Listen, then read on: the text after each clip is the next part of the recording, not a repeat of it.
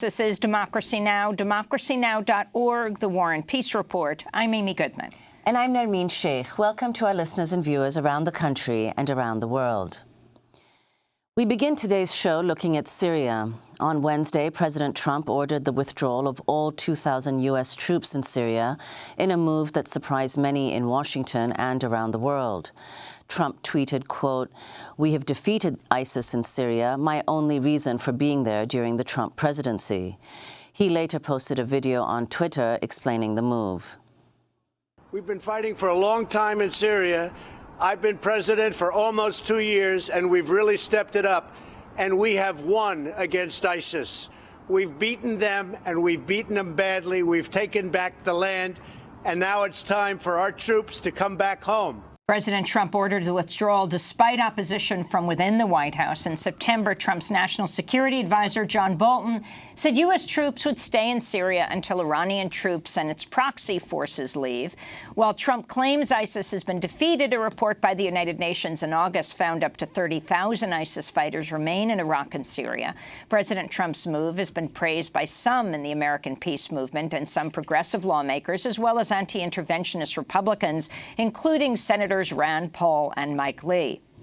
But other Republican lawmakers have openly criticized Trump, like his ally, Senator Lindsey Graham, who said an American withdrawal at this time would be a big win for ISIS, Iran, Bashar al-Assad of Syria, and Russia, unquote.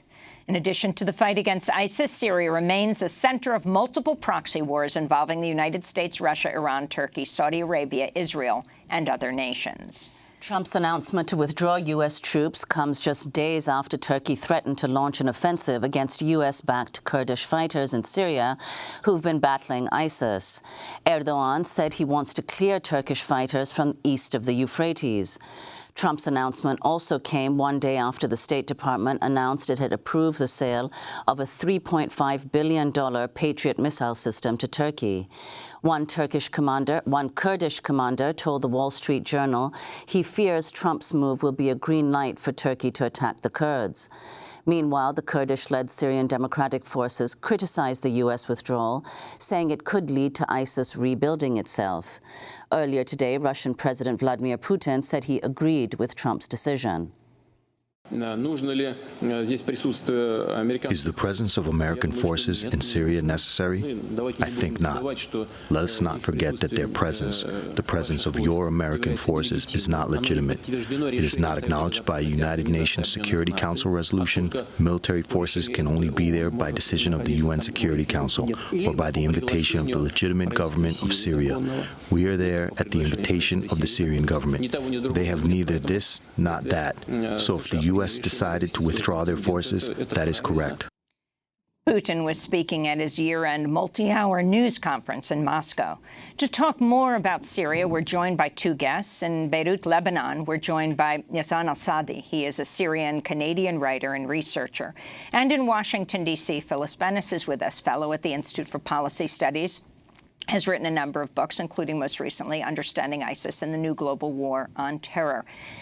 Let's begin with Yassan in Beirut.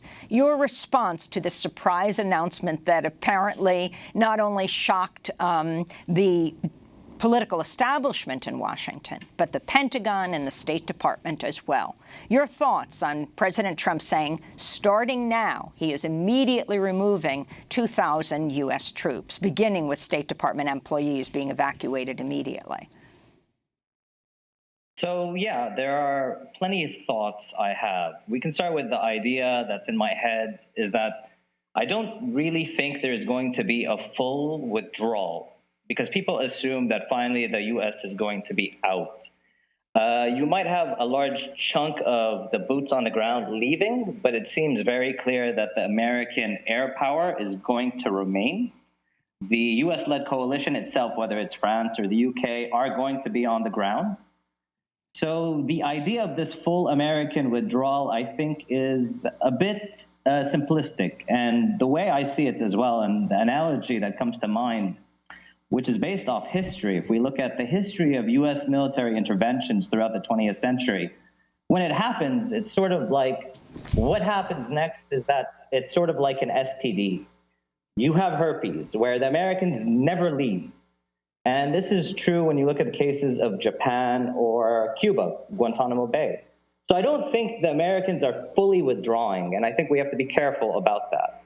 And one key concern, obviously, is the destructive air power that has been decimating a lot of innocent civilians. Raqqa is a great example of that. And what this means on the ground, I mean, what we're going to see, obviously, is that the Turks are going to leap on this, in my opinion. They're definitely going to use that opening to push forward in Manbij, east of the Euphrates, and you're going to have an increase of violence there. The Assad regime itself, with its Russian and Iranian allies, are going to try and push forward as well against the PYD, or maybe the PYD will make a deal with them. But I think the situation isn't really going to be better. This doesn't mean that the U.S. Soldiers should remain. I'm fully against any presence of the U.S. soldiers, just like I'm fully against the presence of the Russian soldiers. And I like how Putin talks about a legitimate government determining the presence, but I don't think Assad is legitimate. And if we fall along that line, then, well, does this mean the Saudis should remain in Yemen? I don't think so.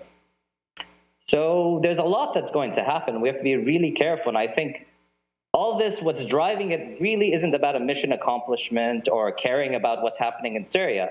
I think this could be related to the multiple scandals that are brewing, multiple pressures on Trump. It could be related to so many other things. But I don't think the U.S. is ever going to leave. It's like I said, it's an STD in many ways. So you've also suggested, Yazan, do you think it's likely that the U.S. might even escalate airstrikes once and if the troops are withdrawn? Yeah, I mean, the airstrikes, there were comments by senior officials in Syria, senior military officials, that talked about the continuation of airstrikes. And I think you might see an increase. Yeah, most definitely you'll see an increase because, well, the boots aren't on the ground, so they don't have to worry. And they just, do what they do, and they bombard the place like they did in Mosul and Raqqa, which is utterly devastating. I don't think the solution here really is more war, personally. And Yazan, what about how you think this might impact Russian and Assad airstrikes in areas that are not yet fully under government control? Because, of course, the concerns that have been expressed here are that basically by Trump making this announcement, he's giving a green light to Assad and to the Russians and to everyone who's been backing the regime. I mean, that could be very well true. Let's not forget that there is coordination between the U.S. and Russia and the Assad regime. This idea that there is a U.S. conspiracy to overthrow and regime change in Syria, I don't think that's true. But, I mean, what you might see is maybe the PYD being forced to make a deal with Assad and the Russians in order to protect them from the Turks. And explain who the PYD are. The PYD is the Democratic Union Party. It's a Kurdish-led party. There are many different Kurdish parties in Syria. Obviously, this is one of them. It's the strongest force on the ground. The PYD is the political arm of the SDF, which you mentioned earlier, the Syrian Democratic Forces, that are in the north and northeastern part of Syria all the way down to Deir ez-Zor, because they took the fight to ISIS. So I feel like this is also a lesson that the PYD should have realized, because any partnership with the U.S. is always, it burns you. And this is something that we've seen in history time and time again. A lot of U.S. allies throughout the 20th century and beyond tend to get burnt because the U.S. tends to care about itself and sells you out. But this is something that most superpowers do anyways. So the PYD is learning a harsh lesson, really. You mention the Kurds, and many are talking about conversations the president has had with Tayyip Erdogan, the president of Turkey. Who knows what went on behind the scenes around the murder of Khashoggi, with Erdogan putting out the video of his murder by a Saudi hit team in Istanbul. But what are Erdogan's concerns about the U.S. working with the Kurds in Syria, and what are Turkey's plans now? Well, the Erdogan's concerns, obviously, for the Turks, we need to understand a bit of history because there's a really long, dark history in terms of dealing with Kurdish rights and Kurdish representation. So the PYD, as a force, of a Kurdish force that is militarily strong and growing due to the vacuum that happened over the years, this was a major security concern for the Turks. So the Turks started backing various Syrian rebel groups against the PYD. So these discussions are happening. And what I find interesting is that today, the Iranian president is in Turkey, and they just had a press conference. So it seems like there might be more coordination because the Iranians themselves aren't really interested in Kurdish autonomy because that might affect the Kurdish community there. Neither does Iraq want that, and neither does the Syrian government in many ways. So I think there is going to be a support of the Turks going into a degree, and there might be coordination in order to ensure that there isn't going to be a spillover battle between the Turks and the Russians and everyone else. And I think the biggest victim will be the PYD for many reasons. And what is, Yazan, if you could say, I mean, as you mentioned, Rouhani, Iranian President Rouhani is in Turkey today. What is the extent of Iranian involvement in Syria now? I mean, the Iranian involvement is been a long, long time. I mean, the relationship was built during the 1980s. The Syrian regime was the only, I think, one of the few Arab governments, or the only one that really supported Iran during the Iran-Iraq war. And this relationship has developed a long, long time. So what are the Iranians doing in Syria? They're playing as advisors. You have some fighters. They're sending in foreign fighters, whether it's Afghan militias because they promised them nationality, or the Iraqi Shia militias that were brought in. So you have that. And the Iranians are playing sort of a political military coordinator of sorts to give backing and protection for Bashar al-Assad. Obviously, there's Hezbollah in the mix as well, which is part of that. So the Iranians are definitely trying to ensure their interests regardless of what happens in Syria.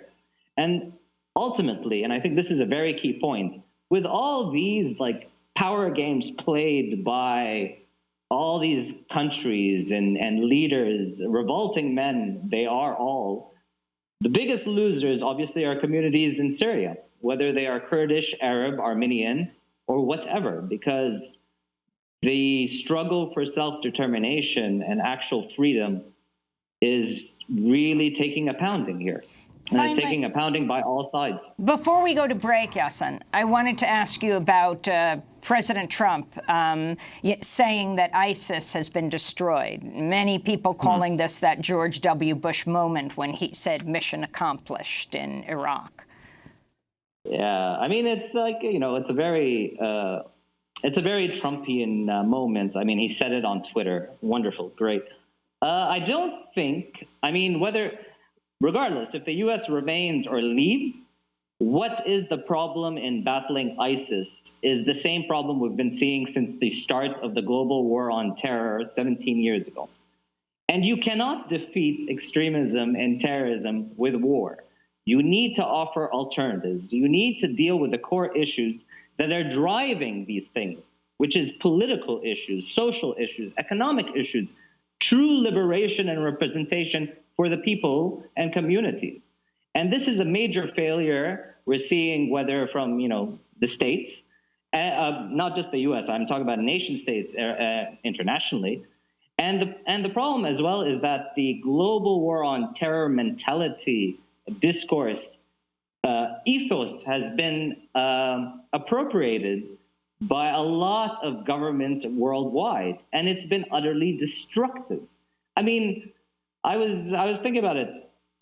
There's like a tragic reminiscence of like Al-Qaeda. It seems like Al-Qaeda was a cup of tea compared to what we're seeing today. And I do think we're going to see worse things tomorrow because the key issues aren't being dealt with, and these powers that be are really not interested in dealing with them because this means a complete change of the status quo.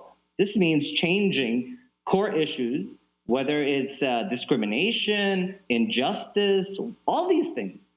So they're not interested, and actually they benefit by having this continual enemy.